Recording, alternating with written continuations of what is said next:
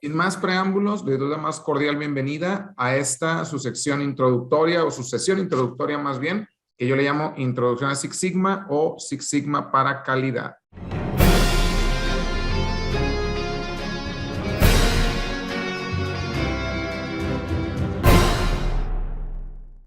Entonces, empezamos con esta parte donde vamos a ver cómo se aplicaría el tema de la estadística en la industria.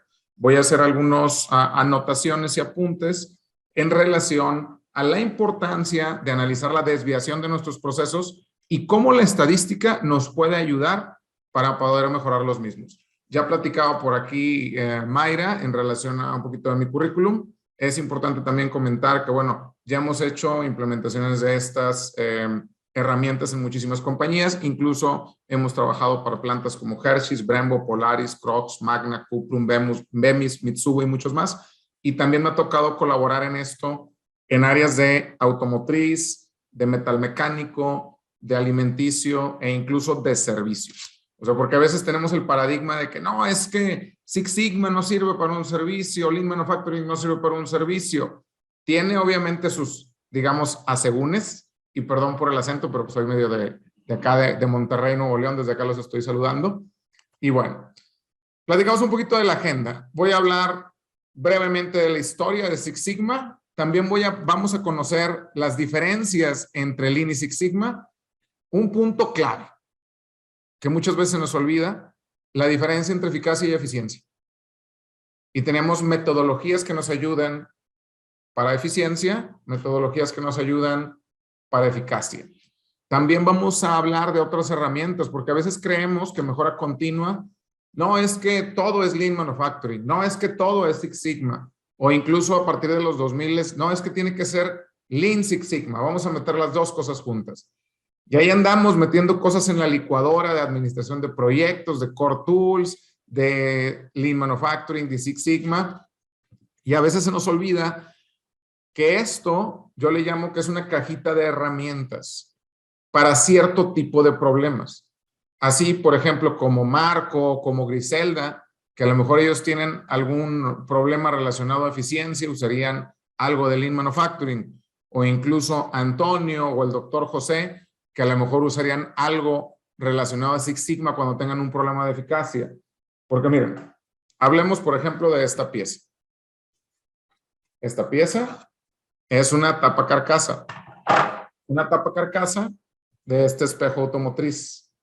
En este espejo automotriz que tengo aquí, nada más si hablamos solamente de esta tapa carcasa, yo puedo tener especificaciones en relación al espesor de la pintura. Y puedo tener problemas también porque tengo muchos retrabajos por un problema de burbuja. Y puedo tener problemas porque no cumplo con el rate de las piezas por hora. Y si te fijas, esos tres problemas en una sola pieza se harían con herramientas distintas. El problema del espesor de la pintura, estaríamos hablando de una variable continua y tendríamos que usar algo de Six Sigma porque quiero optimizar su eficacia. El problema de los grumos, estamos hablando de una variable discreta. Tendríamos que usar Six Sigma porque ahora estamos hablando de temas de una distribución binomial. O incluso de Poisson, que ahorita voy a tratar de ese tema. Y el problema de no cumplir con el rate de las piezas por hora, estamos hablando de un problema de eficiencia, en el cual usaríamos Lean Manufacturing. Entonces, si te fijas, y volviendo a esto, en esta sola pieza, con esos tres problemas distintos, son tres herramientas diferentes. Por eso cuando hablamos de esto, a mí me gusta pensar que forma parte de una cajita de herramientas que tiene que estar pegada a un sistema. Y ese sistema tiene que estar pegado a un modelo. Entonces, un modelo se trabaja de manera sistemática y se llega hasta las herramientas. De nada sirve que tú tengas un proyectito de Six Sigma por aquí, otro proyectito de Lean por acá, si no está ligado a algo, si no está ligado como un sistema, como un modelo. Pero bueno, no vamos a hablar de la diferencia entre sistema, modelo y herramienta aquí, sino más bien vamos a terminar un poquito de ver por aquí la gente. Para cada una de las etapas, porque voy a explicar también un poquito de la metodología de Mike, y para cada una de estas etapas voy a mostrar una herramienta. Por temas de tiempo, para mí pues va a ser imposible hablar de, oye, quiero hablar de a detalle de pruebas de hipótesis y vamos a ver two sample T, one sample T y una nova de 2 vías. Híjole, pues la verdad es que no va a ser posible. Sin embargo, en esta sesión introductoria de Six Sigma, sí quiero que tú aprendas un poquito acerca de qué es la metodología de Mike, cuáles son algunas de sus herramientas, qué busca cada objetivo de la metodología y cuándo sí y cuándo no usarla. Y también te voy a platicar de algunos mitos y también algunas cosas que a veces la gente cree que pues ayudan o abonan a la metodología cuando no siempre es así. Les voy a agradecer también que si tienen dudas, por favor, la dejen al final. Para nosotros es muy importante que la dejen al final para que no vaya a haber problema y al final vamos a dejar un momento de preguntas y respuestas. Entonces, vamos viendo aquí un poquito acerca de esta metodología. Empiezo con una frase del Internacional Mil Máscaras que dice: el precio del éxito es que tienes que prepararte más que los demás. Y hay que estar consciente de eso. Si nosotros queremos obtener resultados diferentes, tenemos que pensar distinto. No podemos resolver un problema usando la misma mentalidad y las herramientas con las que los creamos. O sea, yo en algún momento incluso quería todo resolverlo usando Lean Manufacturing porque lo traía de moda. Entonces, no, es que todo es Lean Manufacturing. Tengo un problema de calidad, pues vamos a hacer un balanceo de líneas. Oye, espérate, o sea, no todo es con lo mismo. Y tenemos que aprender de todas las demás herramientas y tenemos que aprender sobre todo de la experiencia de los expertos en piso. Un punto clave cuando hablamos del tema de Six Sigma es que tenemos que trabajar con la gente de piso. Hay ciertos mitos que la gente ha hecho muy, digamos, los ha arraigado mucho, sobre todo en aspecto de la maquila, donde hablamos de que no, es que el problema de Six Sigma es que necesitas un experto en estadística. No es cierto. Entiendo que hace 15, 20 años era muy importante tener estudios formales en estadística para poder implementar esto. Ahorita tenemos herramientas, voy a hacer algunos ejercicios en Minitab incluso, donde a partir de aquí podemos entender la estadística y usarla a nuestro favor. La estadística aplicada en la industria es la forma en la que yo conozco bien cómo se comporta un proceso.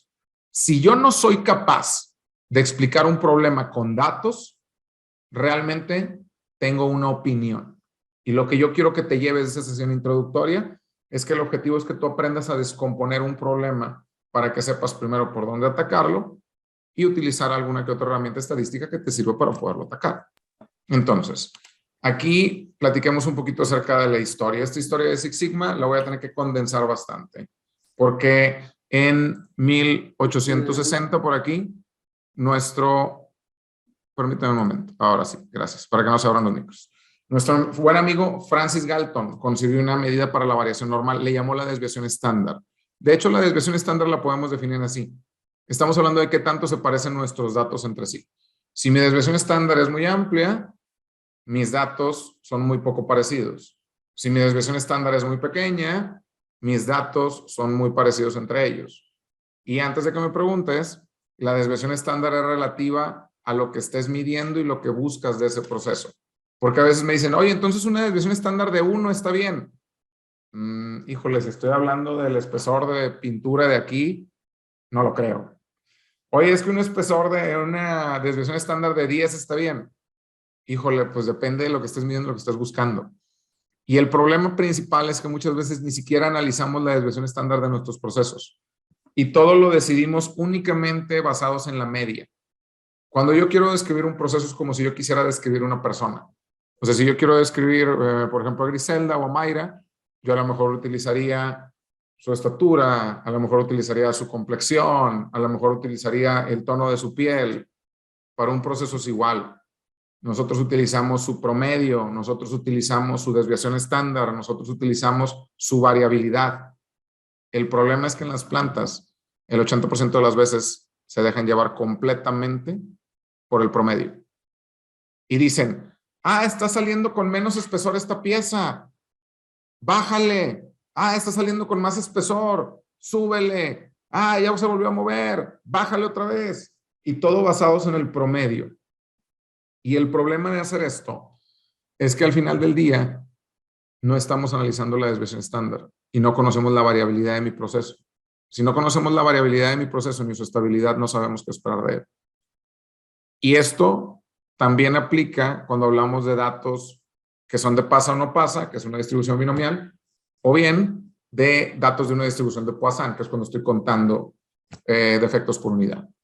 Entonces, nuestro buen amigo Francis Galton dio las bases, pero esto ya se usaba, esto no es nuevo. O sea, realmente esto se usaba principalmente en temas que tenían que ver con análisis demográfico. O sea, nuestros amigos del INEGI, los chavos estos que nos preguntan, oye, ¿cuántos focos tienes en tu casa para saber tu nivel socioeconómico? Que yo estoy seguro que próximamente van a andar preguntando cosas como, oye, ¿y cuántos sistemas de streaming tienes, no? Para saber tu nivel socioeconómico. Pero bueno, en fin. Entonces, él dio las bases para que Walter Schwartz, que a lo mejor lo conoces por el acrónimo de PDCA o PHVA, planear, hacer, verificar, actuar. Bueno, realmente los estudios de Walter Schwartz fueron lo que hicieron que Deming en Japón hiciera popular eso. Él también introdujo la gráfica de control en los laboratorios Bell, que ahorita es AT&T. Y entonces él definió que las gráficas de control me servían para algo.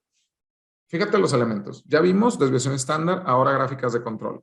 Gráficas de control me sirven para ver la estabilidad de mi proceso, para saber qué puedo esperar de él. Después nuestros amigos de Motorola agarraron todo esto y Bill Smith definió el término de Six Sigma. Michael Harry, como consultor, empezó con el desarrollo de esta metodología y Motorola, como buenos gringos que son, pues ¿qué iban a hacer? Patentar eso. Entonces el término de Six Sigma fue patentado por ellos. Ahora, siguiendo con este rubro, tenemos que ver las diferencias entre Lean y Six Sigma, porque a veces nos olvida. Cuando hablamos de Lean Manufacturing, estamos hablando de temas que tienen que ver enfocados hacia el proceso, hacia el flujo, hacia la reducción o la eliminación de desperdicios. Y aquí estamos hablando que empezó desde Ford, que era las bases, después el Toyota Production System, después Lean Manufacturing, y ahorita en los 2000 lo combinaron con Six Sigma y le llaman Lean Six Sigma. Si me preguntas a mí, yo no soy fan de hablar de Lean Six Sigma. Yo siempre he tratado de hablar como dos cajitas de herramientas separadas y lo más importante no son las herramientas, lo más importante es el sistema y lo más importante es el modelo. Si no tenemos eso, no podemos avanzar. Entonces, todo lo que tenga que ver con Lean Manufacturing cuando tengo problemas en relación al flujo. Por ejemplo, regresando a este espejo automotriz que tengo por acá, que no crean que me lo robé, pero yo diseñé esta línea de ensamble. Entonces decidí comprarlo como un bonito souvenir. Bueno, en este espejo automotriz, en la línea de ensamble, yo puedo tener problemas por el hecho de que me quedo sin material. De repente en la línea están produciendo y se quedan sin material y pues no hay lunas. Charros, ¿cómo le hacemos? Bueno, ese tipo de problemas de que me quedo sin material, si tuviera yo, por ejemplo, un andon para pedir material y más importante, si tuviera ese andon conectado a un indicador de disponibilidad para que supiera cada cuándo hay un problema y supiera los tiempos muertos por falta de material. Y todavía mejor si tuviera un supermercado con pasillos de picking y pasillos de stocking. Y todavía mejor si tuviera un Kanban de reposición para pedir las lunas y un Kanban de producción, entre paréntesis, de producción para que donde hacen las lunas me las vayan a traer cuando las necesite, ligado al proceso anterior, pues ahí estoy eliminando un problema de eficiencia. Si yo en la misma línea de ensamble de espejos no cumplo con el rate de 60 espejos por hora, yo tengo un problema de eficiencia que a lo mejor a través de un balanceo de líneas lo voy a eliminar. Entonces, si te fijas, temas que tienen que ver con la interrupción del flujo continuo, temas que tienen que ver con los 7, diagonal 8, desperdicios, porque depende, agregue la cantidad de desperdicios que usted quiera de acuerdo a lo que necesite. A la administración visual, a la producción nivelada, todo esto es Lean Manufacturing. No venimos a hablar de eso aquí. Venimos a hablar de Six Sigma. Que aquí, otra vez, volviendo al ejemplo para hablar de lo mismo. Aquí, si yo tengo un problema con el espesor, es la salida, es mi Y. La pregunta que yo me tengo que hacer aquí en el espesor es, bueno, ¿qué parámetros de proceso me afectan para que yo cumpla o no cumpla con el espesor? Eso pudiera ser una pregunta. Y ahí hablaríamos a lo mejor del ángulo, de la presión de la aplicación, de la distancia de aplicación. Esos son mis X. El enfoque de Six Sigma es que tú aprendas, digamos, la matemática de tu proceso. Que tú sepas exactamente qué variables de tu proceso de entrada te afectan a tu salida. Entonces, lo que yo quiero Por eso le hablan de eliminar defectos, pero en realidad no estás eliminando defectos. La eliminación de defectos es una consecuencia de la reducción de la variabilidad. Y ya platicábamos un poquito acerca de la historia de esto. Entonces, voy a hacer un ejemplo rapidísimo para entenderlo un poquito mejor. Si aquí nos vamos a Minitab y pedimos por ahí unos datos aleatorios con distribución normal, voy a pedir 100, los voy a poner en C1 con una media de 100, una desviación estándar de 1, y luego voy a hacer lo mismo, pero para C3 con una desviación estándar de 0.5, los mismos 100. Que ojo, lo ideal sería pedir 125 datos en subgrupos de 5 para hablar del tema de subgrupos racionales, pero no me voy a meter en ese detalle ahorita, ¿ok? Y luego yo digo, ya sabes qué, pues voy a comparar para ver cómo están. Entonces, voy a hacerlo a través de un histograma para ver cómo funciona, graficando ambas variables. Y si te fijas, al hacer esto, yo puedo ver algo muy interesante. Puedo ver la variabilidad. ¿Cuál de los dos procesos me daría piezas más parecidas? Me tengo que fijar en su desviación estándar. En este caso, ambos procesos, si es que mi promedio fuera, o perdón, si mi especificación fuera 98-102, que lo voy a poner nomás por no dejar, vamos a agregar aquí la especificación. Supongamos que hoy tengo una especificación de 98-102. Ahí está. Fíjate aquí, los dos procesos están centrados. O sea, los dos tienen un buen promedio. Si tú agarras 100 piezas de ese proceso y tú le sacas un promedio, tú vas a decir, ah, el promedio está bien. Sin embargo, fíjate la desviación estándar. Una tiene 0.9 y otra tiene 0.48. La que tiene 0.48 es la que se ve más delgada. O sea, todavía no sé si es capaz. Cuando saque el análisis de capacidad voy a saber si es o no capaz. Sin embargo, lo que sí sé es que ambos procesos están centrados y que uno es más capaz que el otro. Pero ¿cómo sé que es más capaz? A través del análisis de la desviación estándar. Y todavía, antes de llegar aquí, tuve que haber visto que mis datos sean normales. Y todavía, antes de llegar aquí, tuve que haber visto que mi proceso es estable. Digo, ahorita nada más estoy platicando un poquito de la importancia de analizar la desviación estándar. La desviación estándar yo siempre le digo que es el dato perdido. Yo le llamo, ¿qué es la desviación estándar? Pues el dato perdido. A nadie le hace caso, nadie le pone atención y creen que sin conocer eso se va a poder mejorar algo. Y aquí estamos hablando de la eficacia de un proceso. ¿Ok? Entonces, siguiendo con lo que platicábamos, decíamos, eficiencia, la relación entre el resultado alcanzado y los recursos utilizados. La eficacia es el grado en el que se realizan las actividades planificadas y se logran los resultados. Por eso hablábamos de Lean y por eso hablábamos de Six Sigma y por eso hablamos de la diferencia entre ambos, en el cómo uno me sirve para una cosa, cómo otro me sirve para otra cosa, sin embargo ambos me ayudan. Ahora, hay más herramientas. Por ejemplo, y no voy a leer esto porque pues yo sé que nos va a llevar ahí 3 meses si nos ponemos a leerlo, pero también podemos hablar de temas de Core Tools, también podemos hablar de temas de administración de proyectos. Incluso en temas de Core Tools es cuando yo quiero diseñar producto y proceso y quiero lanzar un proyecto asegurando la calidad del mismo.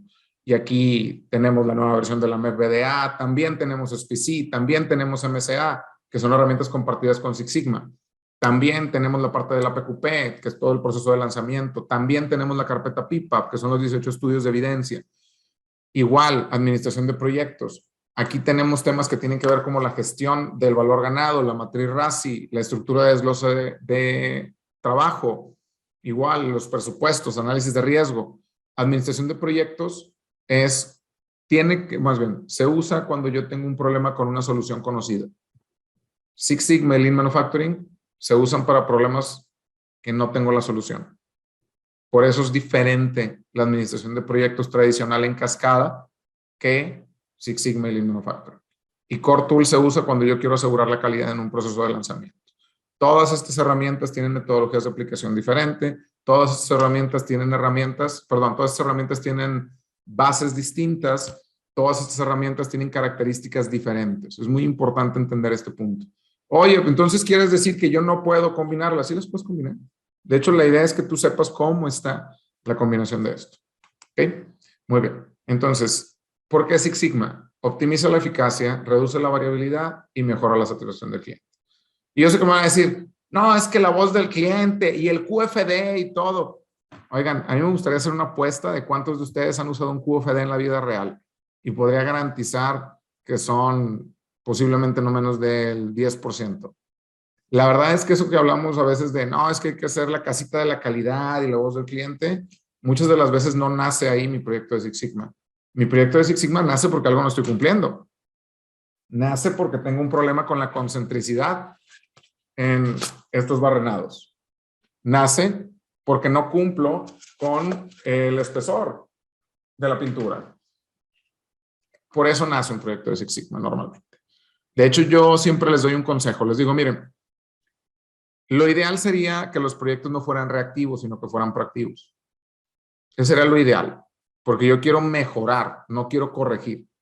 Sin embargo, si te vas a IATF, también considera las correcciones como mejora, lo cual está por demás extraño. No debería, pero bueno. Entonces, un consejo. ¿De dónde saco información? Yo puedo analizar el scrap y conseguir a través de un diagrama de Pareto de primer, segundo y tercer nivel la carnita para hacer proyectos de Six Sigma, tal cual. Yo puedo agarrar un value stream mapping y puedo empezar a sacar de ahí proyectos para temas de Lean Manufacturing.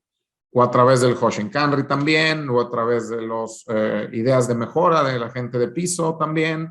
Entonces, hay fuentes para conseguir proyectos de una herramienta, hay fuentes para conseguir proyectos de otra herramienta, pero lo importante es que el saber identificar estas fuentes y usarlas de manera sistémica tiene que ser parte de eso, de un sistema que se desprenda de un modelo de excelencia operativa.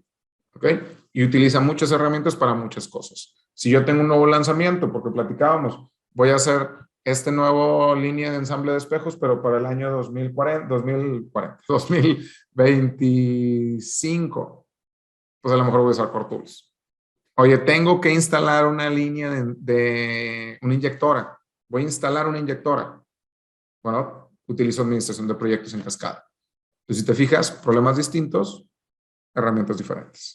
Bueno, entonces, volviendo a esta parte, metodología DMAIC son las siglas y significan definir, medir, analizar, mejorar y controlar. Entonces, en la parte de DMAIC, ¿qué es lo que normalmente buscamos? En la parte de DMAIC, yo lo que quiero es asegurar que el proceso se optimizó en cuanto a su eficacia. Por eso es tan importante conocer la diferencia entre eficiencia y eficacia. Porque si no la conocemos, vamos a decir, pues ya sé, mira, voy a agarrar un proyecto de DMAIC para reducir los tiempos de cambio de modelo con SMED. A ver, espérate. Es como si tú le pegaras a un clavo con una llave Stilson. O sea, sí lo puedes meter, o sea, sí vas a acabar pudiendo clavar el clavo con una llave Stilson, pero ¿realmente es para eso? ¿O sabes que voy a hacer un proyecto de PHVA o un evento Kaizen para optimizar el espesor de la pintura o la concentricidad en los barrenados? A ver, espérate. Necesariamente tendrías que hacerlo así. O sea, tenemos que saber el problema y cómo lo vamos a manejar y tenemos que entender la naturaleza, qué tipos de datos vamos a utilizar. Por eso es tan importante conocer el tipo de problema y el tipo de datos que vamos a utilizar. Porque hay gente que dice, no, es que yo quiero hacer un proyecto de Six Sigma. ¿Y qué vas a arreglar? No, es que tengo problemas con el espesor y también tengo problemas de grumos al mismo tiempo y luego también tengo piel de naranja. A ver, espérate, vamos por partes. O sea, para empezar, los grumos por pieza es un tipo de distribución que se llama Poisson, donde contamos defectos por unidad. Oye, ¿qué quiero reducir los grumos? Ok, está bien. El espesor son datos variables porque yo mido el espesor. ¿Ok? Oye, la piel de naranja. La piel de naranja son datos de distribución binomial porque son cosas que pasan o no pasan. Entonces ya ahí me dijiste 3 proyectos diferentes sobre la misma pieza. Porque las piezas pueden tener N cantidad de problemas y yo tengo que saber qué tipos de datos voy a trabajar. Entonces decimos, definir, medir, analizar, mejorar y controlar. Esas son las siglas de la metodología de DMAIC y la lógica es de la siguiente manera. Primero, la parte de definir es que tú tienes que entender el problema. O sea, tú tienes que entender cuál es la naturaleza de tus datos. Tienes que hacer preguntas. Y hay una forma que a mí me gusta mucho utilizar, una analogía, que lo vemos con nuestros amigos que están construyendo casas o haciendo remodelaciones o echando una banqueta, una placa, etcétera, etcétera, etcétera. Nuestros amigos albañiles normalmente lo que hacen es cribar la arena. Y conforme criban la arena, pues van viendo cómo usarla. Aquí es lo mismo. Aquí lo que queremos hacer es cribar la solución. O sea, hay proyectos que se van a acabar en la etapa de definir. Y eso es algo que mucha gente no entiende y se confunde. Porque todavía ni empezamos a hacer el proyecto y ya quieren hacer un diseño de experimentos. A ver, espérate, compadre. No, es que ya, dame las piezas, préstame la máquina porque vamos a hacer un diseño de experimentos. Y yo le pongo así y así, y le muevo la presión y le muevo a la velocidad y ya, hacemos un diseño de experimentos mañana. A ver, espérate, amigo. Primero, ¿cómo sabes que la solución no es obvia? Tú tienes que ir cribando etapa por etapa. Por eso en la etapa de definir, yo siempre digo que lo que tenemos que hacer es asegurar que la solución no es obvia. ¿Qué quiere decir que la solución no es obvia? La solución que no es obvia quiere decir que tú fuiste, caminaste el proceso, aseguraste que no había cambios. ¿Por qué? Nos ha pasado en proyectos donde dicen, no, es que estamos teniendo problemas de 2 meses para acá y estamos tirando un chorro de piezas en una moldura que va en una vista del coche y lleva 2 meses que está pasando, antes no pasaba. No, vamos a hacer un proyecto de Six Sigma para el problema de la deformación en las molduras. Vamos, venga. Apenas empezamos la parte de caminar el problema y vamos haciendo primero la parte del CIPOC, vamos caminando cada paso del proceso, vamos viendo dónde se presenta el problema y cuando empezamos a ver la parte de proveedores, resulta que me dicen, es que acaban de cambiar el empaque del proveedor. Ahora que me acuerdo hubo un cambio hace 2 meses. ¿Ok? ¿Y hace cuánto tienes problemas? Hace 2 meses. Ok. ¿Y ya mediste el empaque anterior contra el empaque de ahorita? No. ¿Puedes mandarlo a medir? Sí. Lo mandas a medir y te das cuenta que la parte donde sacaban la moldura la achicaron. El cambio en el empaque provocó esto. Adiós a tu diseño de experimentos. No necesitas hacer eso. Por eso les digo, no podemos empezar de atrás para adelante, es al revés. Primero tienes que cribar. Primero tienes que definir que la solución no es obvia. Tienes que ir a piso, tienes que involucrar a los operadores, tienes que crear un equipo. Y en el equipo tiene que estar gente que conozca el proceso. Y perdón por lo que voy a decir. Espero que nadie se ofenda. No hay nadie que conozca mejor el proceso, sus cambios y las cosas que suceden y por qué suceden que la gente de operaciones. O sea, nuestros amigos de piso son los primeros que tendrían que decirte si algo está diferente, si algo está igual, si algo cambió, si algo se modificó. Entonces, aquí tenemos que saber exactamente y definir que la solución no es obvia. Después, en la parte de medir, aquí yo le doy 2 vertientes. ¿Por qué? Porque primero yo tengo que validar la calidad de mis datos. Aquí podemos volver a cribar. Eso también me ha pasado en otras plantas, que me mandan a que les ayude con algún proyecto y luego me dicen, ¿sabes qué? Es que hay un chorro de rechazos, muchos rechazos. A ver, pasó en una de mofles, estaban hablando de, ¿cómo se llama? De largo, de los mofles. Y te das cuenta que ni siquiera estaban validando que el flexómetro que estaban usando tuviera la resolución adecuada. Entonces todas las piezas las veía igual. Y luego deja tú, cuando haces el estudio de repetibilidad y reproducibilidad, te das cuenta que la gente no mide igual. Entonces teníamos más rechazos porque una persona nueva estaba haciendo todo esto midiendo diferente. Validas el sistema de medición, te das cuenta que el problema es el estudio de R&R, capacitas otra vez, aseguras que el criterio es el mismo y luego ahora sí. Resulta que ya no hay tantos rechazos. Oye, ya en 15 días ya se acabaron los rechazos. ¿Qué era el problema? El sistema de medición. la calidad de tus datos. Algo que normalmente no hacemos. Porque si nos va bien y hacemos un estudio de repetibilidad y reproducibilidad, muchas veces no hacemos el estudio de linealidad y sesgo. Entonces tenemos la precisión, pero no tenemos la exactitud. Y a veces ni siquiera consideramos la resolución que debe de tener el instrumento. Bueno, otra vez, aquí en la parte de medir, lo primero es validar el sistema de medición y lo segundo es definir mi línea base. Porque yo también puedo hacer estudios de repetibilidad y reproducibilidad para atributos. Y cuando hacemos eso, yo ya no uso los mismos criterios. Yo utilizo ahora algo llamado el coeficiente kappa. Y también puedo sacar gráficas de control para atributos. Algo que normalmente la gente no hace en planta. Me ha pasado que a proveedores te dice el proveedor, no, ya corregí, mi acción correctiva ya está cerrada. Mira, ya casi no llegan defectos.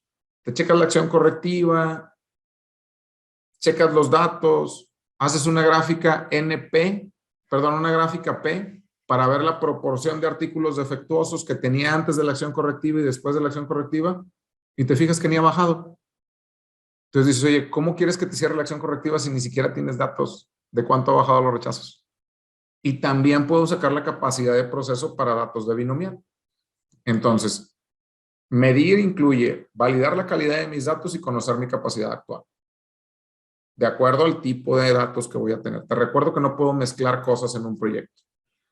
Después viene la parte de analizar, donde aquí en la parte de analizar vamos a ver tanto temas que tienen que ver con análisis cualitativo, que yo no soy fan del análisis cualitativo.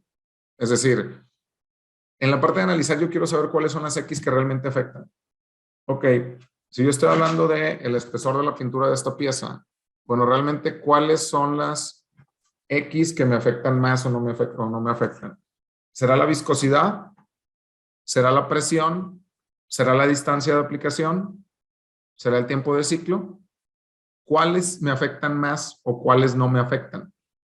Aquí, si yo me voy a que a cada quien nos diga lo que se nos ocurra, podemos llegar a un análisis cualitativo. Y eso no es la mejor de las ideas. Porque si tú no tienes datos que respalden lo que estás diciendo, simplemente tienes una opinión. Oye, entonces no sirve una lluvia de ideas, no sirve un análisis cualitativo. Se puede hacer, puede ser una base para a partir de ahí tratar de buscar datos que nos ayuden. ¿Ok? No estoy en contra de eso, o sea, no se vayan a enojar. Pero si me preguntas a mí, por eso yo no soy fan de hacer un Ishikawa y un 5 porque es para todos. Para todo. Porque, por ejemplo, quieren resolver un problema usando siempre un Ishikawa y un 5 porque es. Y luego dicen, ¿pero por qué vuelve a pasar? Pues por eso, criatura del Señor. Porque crees que una sola herramienta va a servir para todo, cuando no es correcto. Ok. Pero bueno, no estoy hablando de eso. Hablado de la etapa de analizar. Aparte del análisis cualitativo, puedo hacer pruebas de hipótesis. Y aparte de las pruebas de hipótesis, también puedo hacer un análisis gráfico. O sea, yo aquí quiero saber cuáles son las X que realmente voy a utilizar.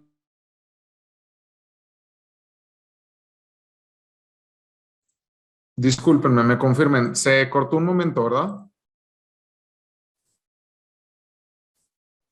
Sí, pero ya se escucha nuevamente. Perfecto, gracias. Y disculpen. Como que hubo ahí un bajón aquí. Les decía, tengo la parte del análisis, espérame. Tengo la parte de este análisis. Ahí va, ahora sí. De análisis cualitativo, de pruebas de hipótesis, y también tengo la parte donde yo hago un análisis gráfico. Aquí otra vez, quiero saber cuáles son las X. Yo no puedo salir de la etapa de analizar sin tener datos que digan por qué estás escogiendo las X que estás escogiendo. ¿Por qué estás escogiendo presión? ¿Por qué estás escogiendo tiempo de ciclo? ¿Por qué estás escogiendo eso?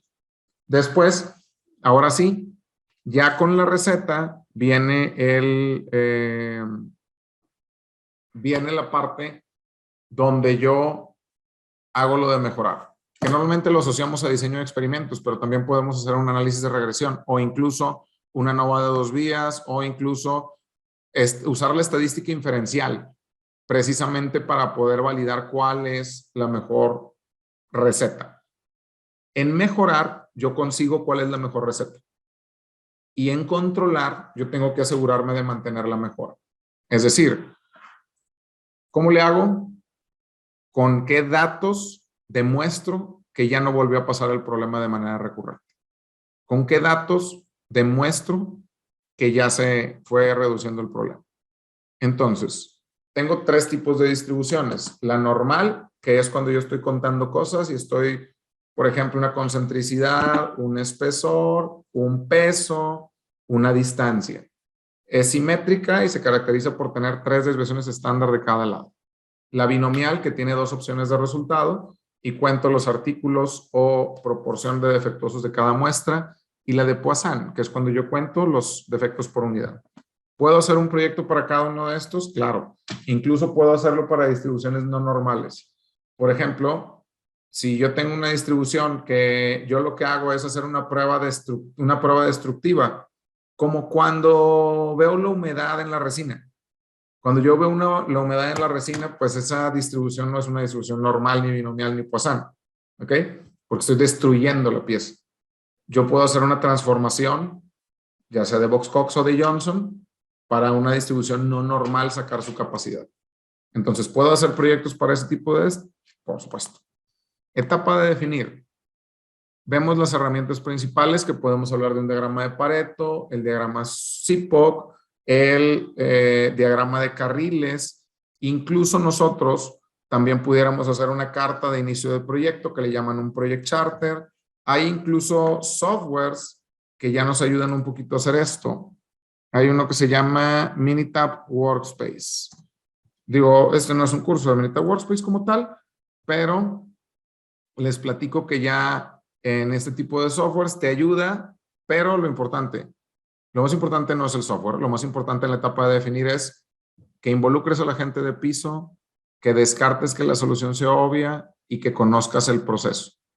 Si no conoces el proceso, si no conoces al equipo de trabajo y si no sabes de qué estamos hablando, pues no va a funcionar. De hecho, aquí si te fijas, aquí trae cada una de las fases. El CIPOC, el mapeo de procesos y luego trae ahí herramientas para cada fase.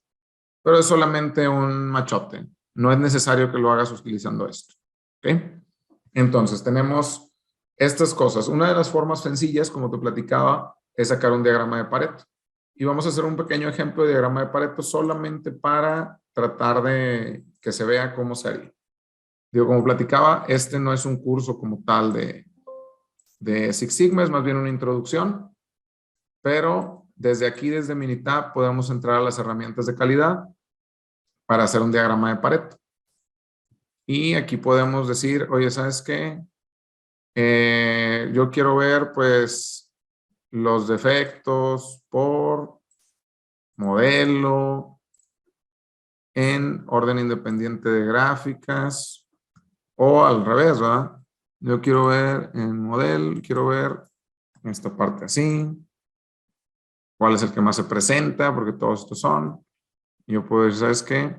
Los defectos por turno, esta es otra opción. Yo también puedo ver aquí los modelos por defecto. Entonces yo puedo por aquí hacer ciertos juegos para ir viendo cómo van. Defecto por modelo. Y aquí yo puedo ver cuál es el modelo que me presenta más defectos. Como aquí. Y yo puedo decir, oye, ¿sabes qué? Este defecto es el que más se presenta en este modelo y yo puedo empezar a trabajar con esto. ¿Ok? Muy bien. Entonces, esto nos ayuda para saber por dónde empezar mi proyecto de Six Sigma. En lugar de querer resolver todo al mismo tiempo, todos los defectos y todos los modelos, yo digo, ¿sabes qué? Pues bueno, antes de empezar, yo voy a hacer este apartado por este lado. Ok, muy bien. Entonces, este diagrama de Pareto me ayuda para focalizar el problema y para saber por dónde lo podemos empezar.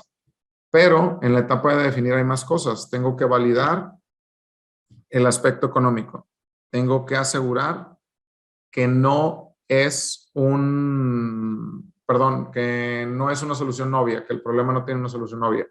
Tengo que armar un equipo de trabajo, tengo que involucrar a la gente de producción y tengo que asegurar que estamos participando como equipo. Es muy importante esto. Entonces, ya desde aquí ya sabemos por dónde vamos a empezar. Y después tenemos que caminar el proceso para descartar que la solución sea obvia. Y después tenemos que cuantificar el problema, saber cuánto es. Aquí incluso podemos agregar una gráfica de series de tiempo para saber si es un problema puntual o es un problema crónico. ¿Ok? Entonces, con la etapa de definir cerrada, ya podemos empezar a seguir investigando. Ya crivé el problema, ahora me voy a la etapa de medir. Y en la etapa de medir, ya te decía que hay varias herramientas. Primero, tengo que ver qué tipos de datos estoy haciendo. Si son variables o son atributos. Si son variables, tengo que hacer primero un análisis de repetibilidad y reproducibilidad para ver la precisión del sistema y luego un análisis de linealidad y sesgo para ver la exactitud del sistema. En linealidad y sesgo utilizo ya la estadística inferencial para ver si tengo problemas de sesgo, tengo problemas de linealidad a través del uso del valor P para ver si descarto o no descarto la hipótesis nula. Y en el tema de precisión, pues la regla es que tengo una variación menor a 10% y más de 5 categorías. Esto si nos estamos basando en el manual de análisis de sistema de medición en su 4ª edición de nuestros amigos de la IAG. Porque si ustedes agarran algún otro, digamos, bibliografía o literatura, pues a lo mejor van a tener reglas distintas. ¿Ok? Muy bien. Si estamos hablando de atributos, nosotros tendríamos que sacarlo del coeficiente kappa, que mide el nivel de concordancia entre evaluadores. Y tiene que ser un coeficiente kappa mayor al 90%. La primera parte de medir. Ya que tengo validado y que puedo confiar en la calidad de mis datos, voy a la segunda parte. La segunda parte de medir es la capacidad de mi proceso. Y en la capacidad de mi proceso, yo tengo que ver, aquí me equivoqué, discúlpenme. Antes de ver la capacidad de mi proceso, tengo que ver, si estoy hablando de variables, la normalidad de mi proceso, si mis datos son normales.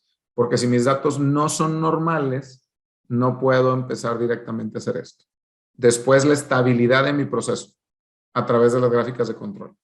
Y después la capacidad de mi proceso. Y yo voy a poder conocer el nivel sigma. En este caso estoy hablando de nivel sigma, pero también puede ser el CPK, el PPK o el CPK, PPK o incluso el porcentaje de defectos. Y esto me ayuda con la capacidad de proceso para tener mi línea base. Estoy recapitulando. Que mis datos sirvan y sean confiables. Que mi proceso tenga datos normales. Que mi proceso sea estable. Y ahora sí, ¿cómo está mi proceso? Capaz y centrado, no capaz, no centrado y todas sus combinaciones posibles. Las 4 combinaciones que puedo tener de un proceso, yo quiero que me digas cómo está. Y aquí ya empezamos a analizar la desviación estándar. De hecho, si te fijas, y voy a hacer un ejemplo de análisis de Capability Six-Pack, incluso lo voy a hacer por aquí con el que había dejado de este lado. Nada más para ver cómo se vería. Permítanme un momento. Muy bien.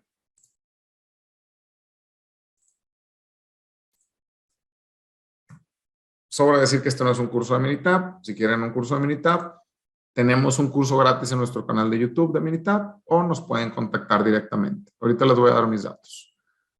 Capability Six-Pack normal, diámetro con su grupo 5 y me parece que era .45 y .55.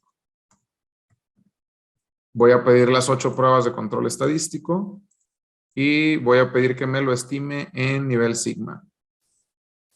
Ok. Y aquí podemos ver primero, mi proceso está estable. A veces me dicen, oye, pero es que ¿cómo va a estar estable si se ve que está todo así? Bueno, mis queridos amigos, es imposible que un proceso te dé todas las piezas iguales. Si un proceso te da todas las piezas iguales es porque está mal medido. No hay otra forma de verlo. Un proceso mal medido es un proceso que te da todas las piezas iguales. Siempre tiene que haber variabilidad. El problema es, ¿puedo pronosticar dicha variabilidad? Cuando un proceso es estable, yo puedo pronosticar esa variabilidad. Por eso necesito conocer su promedio, la gráfica de promedios y la gráfica de rangos. El manual de control estadístico de proceso en su apéndice F, si no mal recuerdo, en la página 125, no, en la página, sí, 125 me parece, nos indica que para hacer una gráfica de promedios y rangos tendríamos que tener al menos 125 datos agrupados en subgrupos de 5. pero que también puede ser posible hacerlo para otro tipo de aplicación con un subgrupo menor o mayor. Mi sugerencia es, vamos a guiarnos por ese apéndice. También, si te fijas, yo aquí viene la prueba de normalidad. En la prueba de normalidad nos habla de un valor P de 0.646. El valor P nos mide qué tan significativa, o si es o no más bien, nos dice si es o no, si son o no normales mis datos. Valor P mayor a 0.05, mis datos son normales. Ahí ya llevo 2. Y si te fijas, el histograma de capacidad, aquí me tiene el límite inferior de especificación, el límite superior de especificación. Claramente puedo ver que mi proceso no es capaz ni está centrado. ¿Cómo puedo ver que no es capaz ni está centrado? Si te fijas, analiza el Z-Bench en el largo plazo, 0.16. Para la industria automotriz quiero 5 sigmas. En este ejemplo, no podemos ver este apartado. Muy bien. Bueno, este es un poquito de lo que veríamos para el tema de variables. Ahora, con esto, ya tenemos mi línea base. Ahora vamos a irnos a analizar. Que ya hemos hablado de los tipos de análisis que podemos analizar. Puede ser un análisis cualitativo, puede ser un análisis gráfico o incluso puedo hacer algún tipo de prueba de hipótesis. Cualquiera de los tres son válidos. Yo quiero sacar las X. Si me preguntas, ¿los tres son válidos? ¿Cuál te gusta menos? El cualitativo. Perdón, yo no soy fan del yo creo, yo no soy fan del a mí se me hace, yo no soy fan de hacer la experiencia. Decían por ahí de que yo nada más creo en Dios, que los demás me traigan datos y yo soy medio de esos. Suena medio tristón, pero pues es cierto, ¿verdad? O sea, si no, parece que son puras soluciones de échale ganas. Y el échale ganismo está padre, pero está más padre dar resultados. No necesitas matarte para dar resultados. Necesitas comprender tu proceso, necesitas comprender la variación de tu proceso y necesitas ver cuáles son las entradas para poderlas controlar. En análisis voy a conocer cuáles son las entradas para poderlas controlar. Herramientas de analizar, histogramas, box plots, gráficas de correlación, incluso, perdón, el coeficiente de correlación, gráficas de dispersión, pruebas de hipótesis, one sample t, two sample t. Hay bastantitas herramientas, incluso un análisis de multivariables me sirve para analizar. Dependiendo del tipo de problema, es el tipo de gráfico que tienes que utilizar o el tipo de prueba de hipótesis que tienes que utilizar o el tipo de análisis cualitativo que tienes que utilizar. Importante, ¿los puedes combinar? Claro que los puedes combinar. No pasa nada. Por ejemplo, aquí voy a ver un poquito de los tipos de pruebas de hipótesis. Cuando yo estoy comparando una media contra un objetivo, veo one sample t.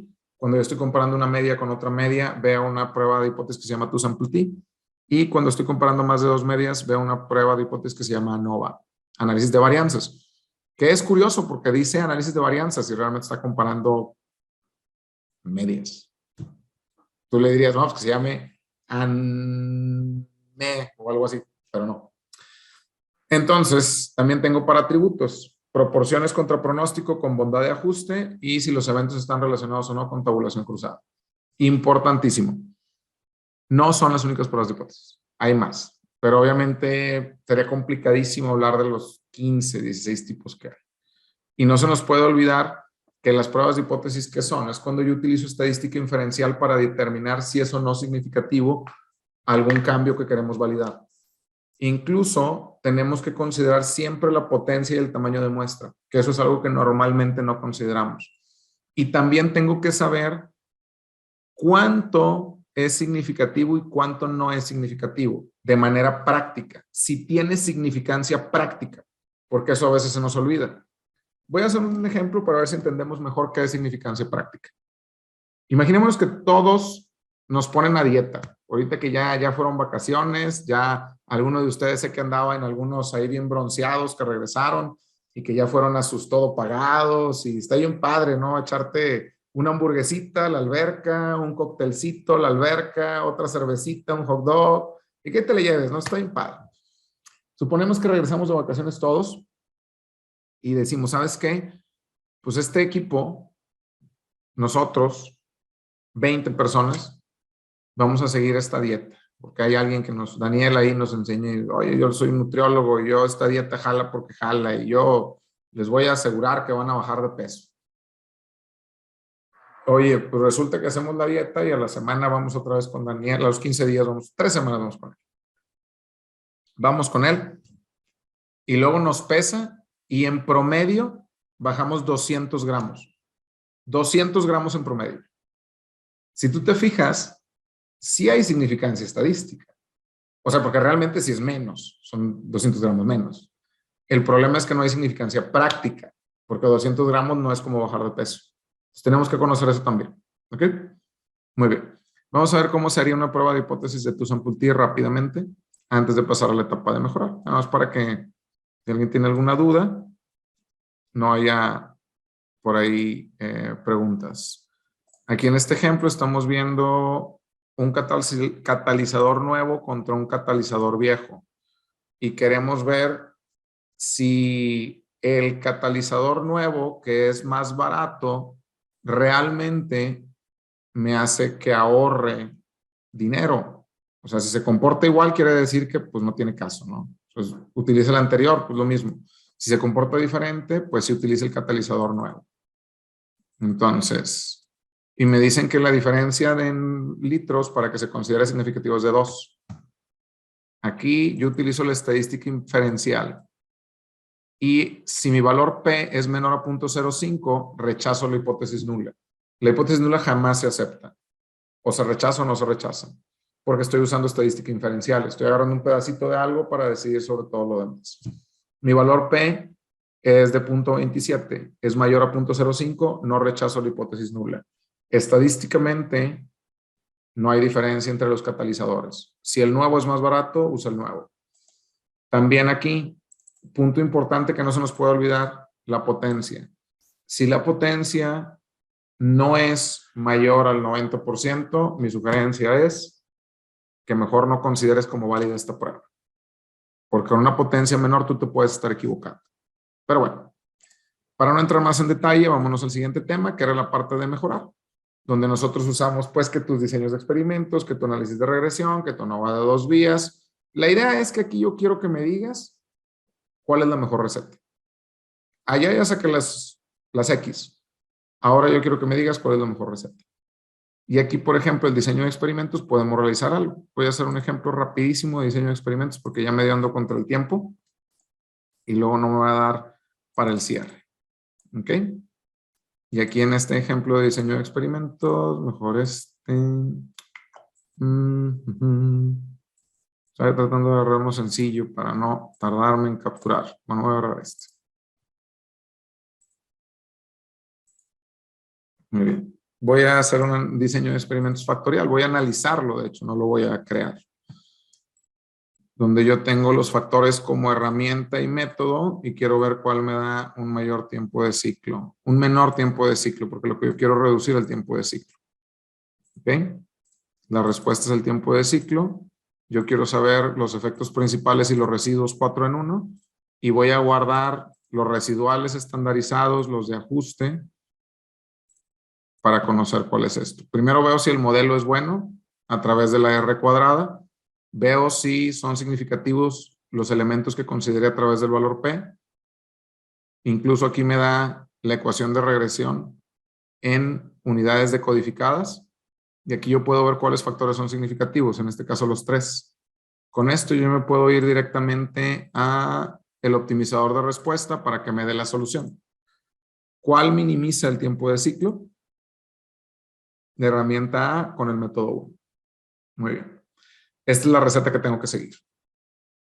Ahora, sigue la etapa de mejorar, donde yo defino los controles que quiero tener.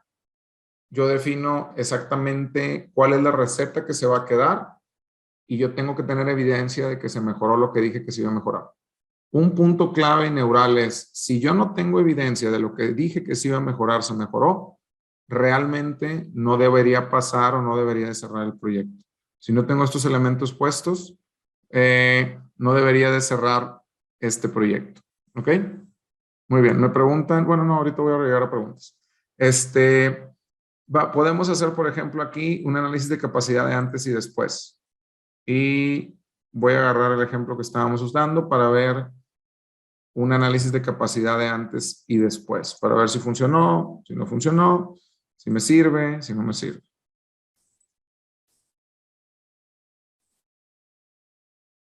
Me preguntaban ahorita cuál valor de R cuadrada se sugiere. Mira, si tú ves como tal el modelo, normalmente depende de la literatura. Muchas de las veces se considera 85%, arriba de 85%. ¿Ok? Pero bueno, vamos ahora sí a hacer el otro ejemplito rápidamente. Nos vamos al asistente.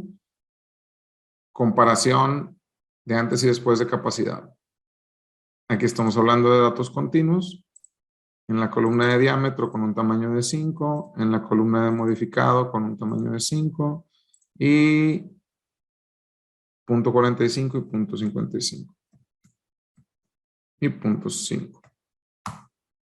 Muy bien. Y aquí si te fijas, estoy comparando cómo estaba antes con cómo estaba después. Y yo puedo tener el nivel sigma que tenía antes de punto 16 al nivel sigma que tengo ahorita de 4.79. Esto es algo que yo debería mostrar sí o sí siempre que voy a cerrar un proyecto. Y un punto clave, durante cada etapa yo me voy juntando con la gente, durante cada etapa voy creando evidencia, durante cada etapa voy a piso, durante cada etapa recopilo información, durante cada etapa voy considerando todo lo que voy aprendiendo.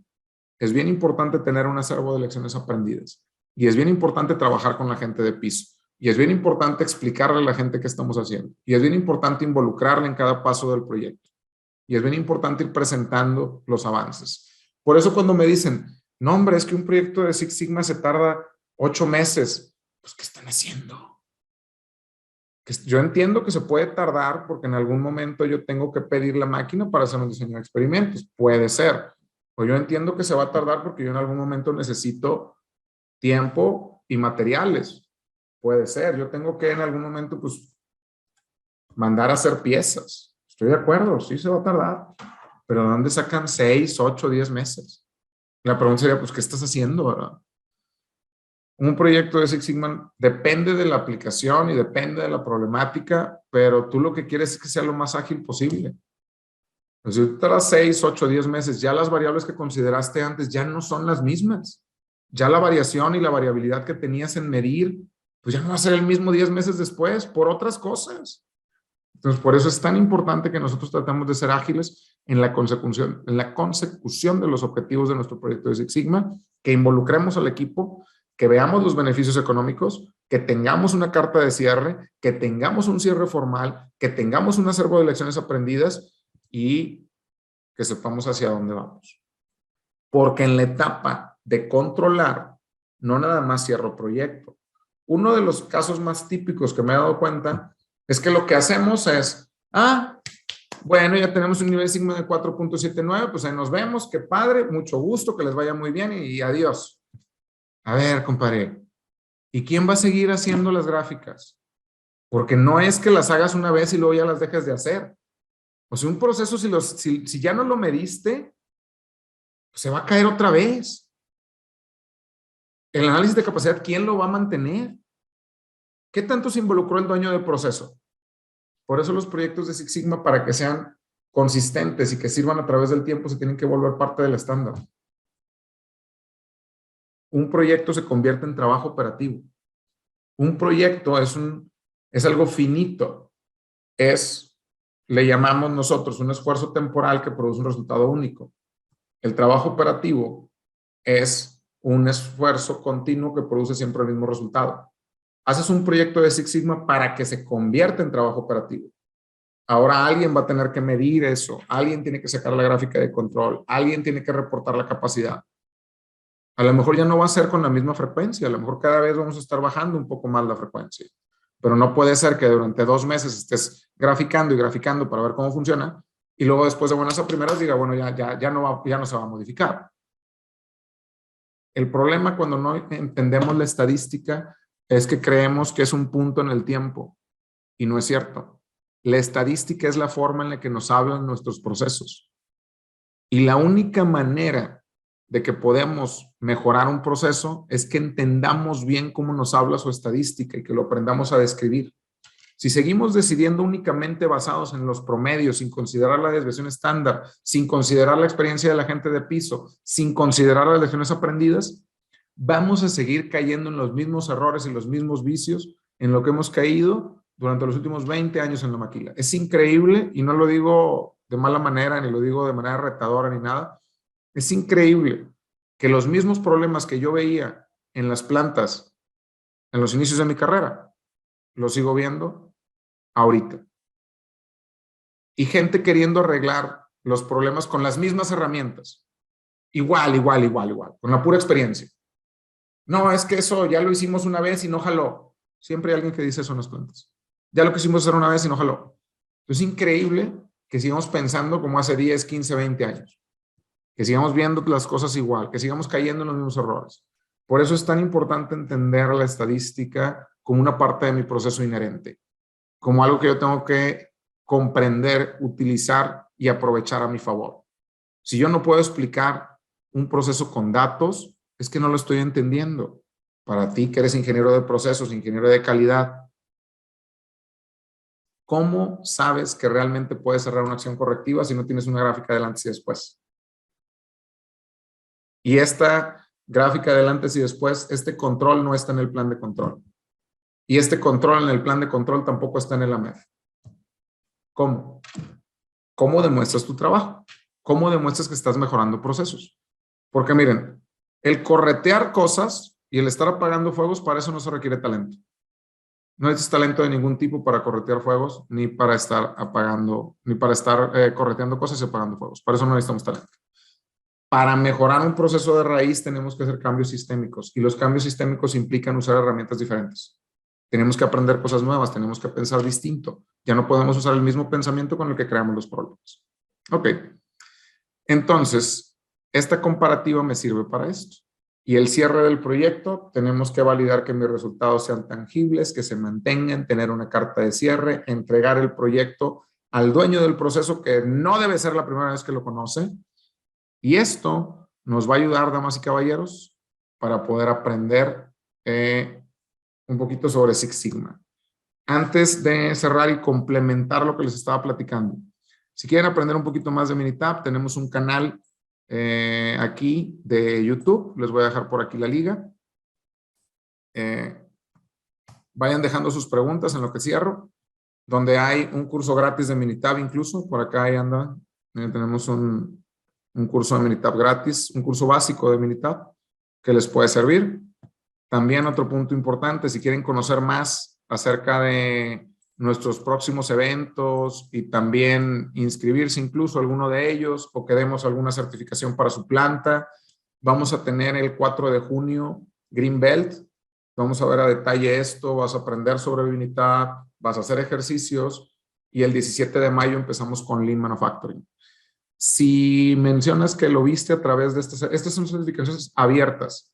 O sea, si una persona le interesa acompañarnos, 2 personas, 3 personas, no pasa nada. Esto también lo podemos ofertar para alguna planta, online en vivo, o incluso también de manera presencial.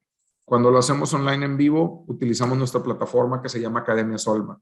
En Academia Solma se quedan las sesiones grabadas. De hecho, incluso las van a poder ver por un año. El material es electrónico. Y aquí tenemos pues bastantes cosas interesantes. Si les interesa conocer más acerca de nosotros, les dejé por acá también nuestra página de internet de solmasoluciones.com, y les dejo también por acá los próximos eventos que vamos a tener. Para preguntas o dudas, yo también estoy en LinkedIn.